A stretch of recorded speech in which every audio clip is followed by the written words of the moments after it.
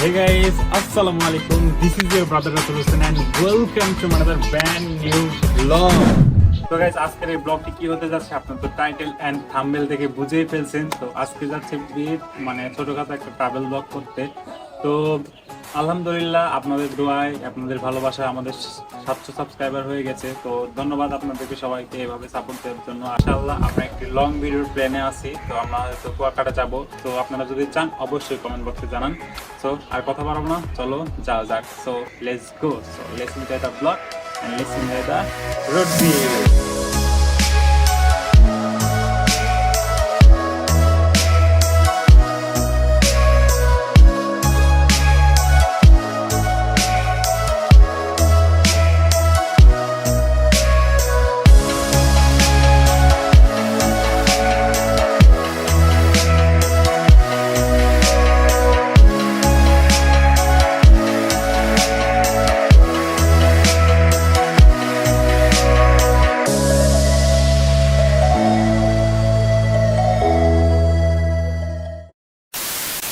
Finally আমরা চলে আসলাম সেই সাহারা ঘাটে। আর এই ঘাটটি অনেক অনেক বেশি চলছে, তা বলার বাইরে। ফার্স্টে ভাবছিলাম নদীতে এসে পানি পাবো না, বাট এসে দেখি তাও পর্যাপ্ত পরিমাণে পানি আছে। তো এই ঘাটটি আমরা কিছুক্ষণ পর তোমাদেরকে সিনেমেটিক্স দিয়ে দেখাবো। আর যে পরিমাণের রোদ গাইজ বলার বাইরে। তো যেহেতু এত কষ্ট করে তোমাদের জন্য ব্লগ বানাচ্ছি, অবশ্যই একটা লাইক দিবে, সাবস্ক্রাইব দিবে। আর থ্যাঙ্কস ফর 700 সাবস্ক্রাইবার। আর একটু হলে আমরা 1K তে জয়েন করবো। তো ঘাটটি অনেক সুন্দর। আর পিছনে নয়েজ কোয়ালিটি একটু খারাপ থাকতে পারে, তো তোমরা কিছু মনে করবে না। তো তোমাদের একটু পরে আমরা ঘাটের মেন যেই স্পটটা ওইটা দেখাবো। আমরা একটু ঘাট থেকে ভাগে আছি, মানে যাতে জনশূন্য যেখানে সেখানে আছি। আর এই সাইডের নদী একটু দেখাও।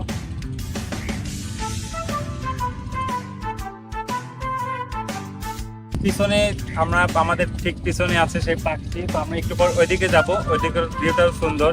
তো আর যদি এই ভিউটা আমরা একটু ভালোভাবে দেখাতে পারতাম, যদি আমার কাছে ড্রোন থাকতো, তো ইনশাল্লাহ তোমাদের সাপোর্টে আমরা ড্রোন কিনবো, ড্রোন ভিউ আপনাদেরকে দেখাবো। তো চলো আমরা এখন ওইদিকে যাবো, ওইদিকে গিয়ে তোমাদের কিছু শর্ট দেখাই আর ভিউটা এনজয় করো। সো যাওয়া যাক, চলো।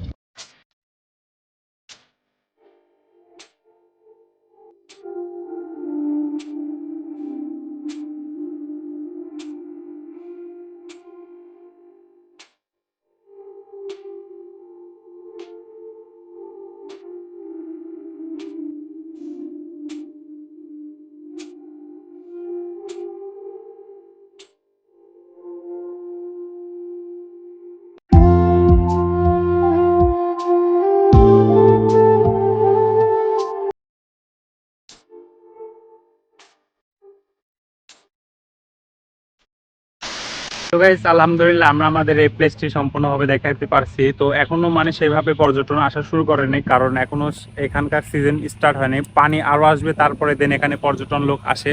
তো আপনাদের কাছে এই প্লেসটি কেমন লাগছে অবশ্যই কমেন্ট বক্সে জানাই দিবেন। তো এখান থেকে আমরা এখন নেক্সট প্লেসে যাব।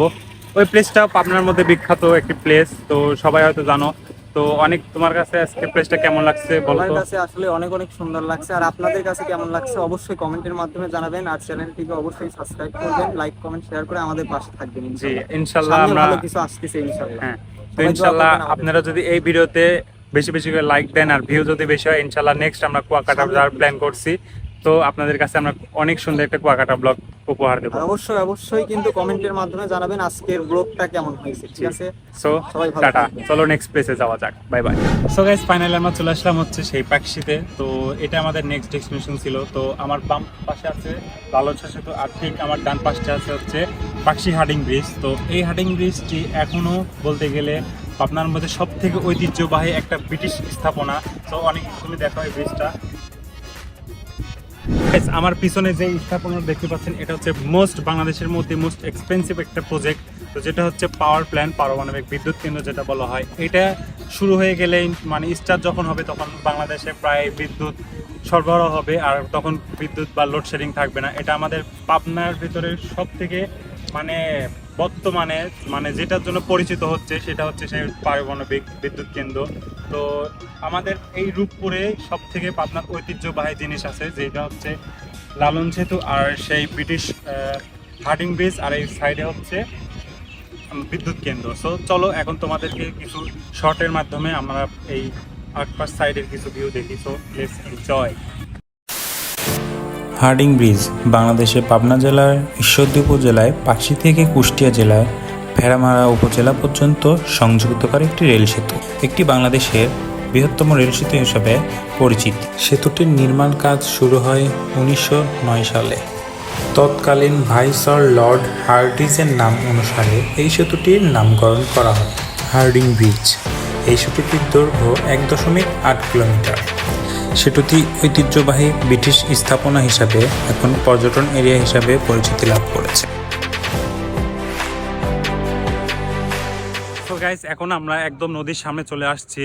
আর অনেক হাঁটাহাঁটি করছি, অনেক ঘোরাঘুরি করছি। তো এখন আমরা কিছুক্ষণ পরে নৌকায় উঠবো। যেহেতু নদীতে আসছি, যদি নৌকায় না উঠি তাহলে কি হয় বলো গাইস।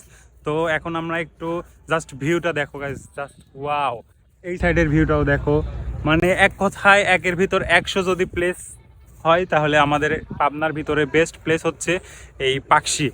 তো একটু পরে আমরা নৌকায় উঠবো, আর নৌকার ভিউটা ইনশাল্লাহ অনেক জোস হবে। সো তোমাদের সাথে দেখা হবে আরেকটু পরে। আর গাইস ভিউটা দেখো, জাস্ট ওয়াও। পিচ বলার মতন এত ভালো লাগতেছে গাইস, কি বলবো।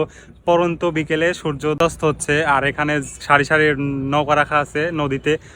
অনেক বেশি ভালো লাগতেছে, বলার বাইরে গাইস, অনেক বেশি। তো তোমরা আসলে সবসময় বিকাল সাইডের টাইমে আসবা, যাতে ভিউটা বেশি এনজয় করতে পারবা, তাই না অনেক? তো চলো এখন আমরা নৌকায় উঠবো। So tata. ফাইনালি আমাদের নৌকা এখন স্টার্ট দিবে। আমরা একটু ভয় ভয় করছে, কারণ নদীতে পানি এখন প্রায় একটু বেশি। তো তারপরেও দেখা যাক, ভয়কে করতে হবে জয়। সনিক, তুমি কি জয় করতে পারবা?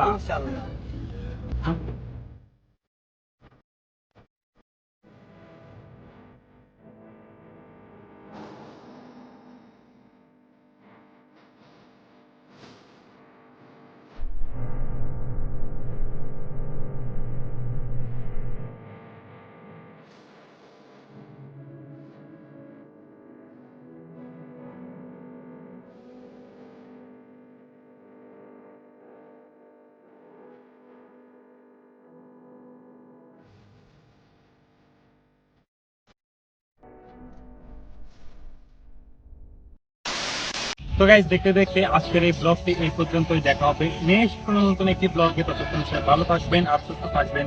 আর এই ভিডিওটি কেমন লাগছে অবশ্যই কমেন্ট বক্সে জানান। আমরা মানে যতটুকু পারছি আপনাদের বেটার কিছু দেওয়ার চেষ্টা করছি। যেভাবে করতে চাইছিলাম সেভাবে পারিনি।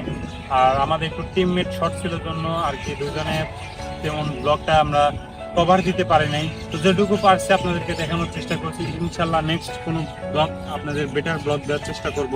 তো আজকে যতটুকু দেখাচ্ছি ততটুকু ইনশাল্লাহ আমাদের জন্য দোয়া করবেন, যাতে আপনাদের জন্য আরো ভালো ভালো ব্লগ ভিডিও আপলোড দিতে পারি। তো সবাই ভালো থাকবেন, সুস্থ থাকবেন। টাটা, টেক কেয়ার, খোদা হাফেজ।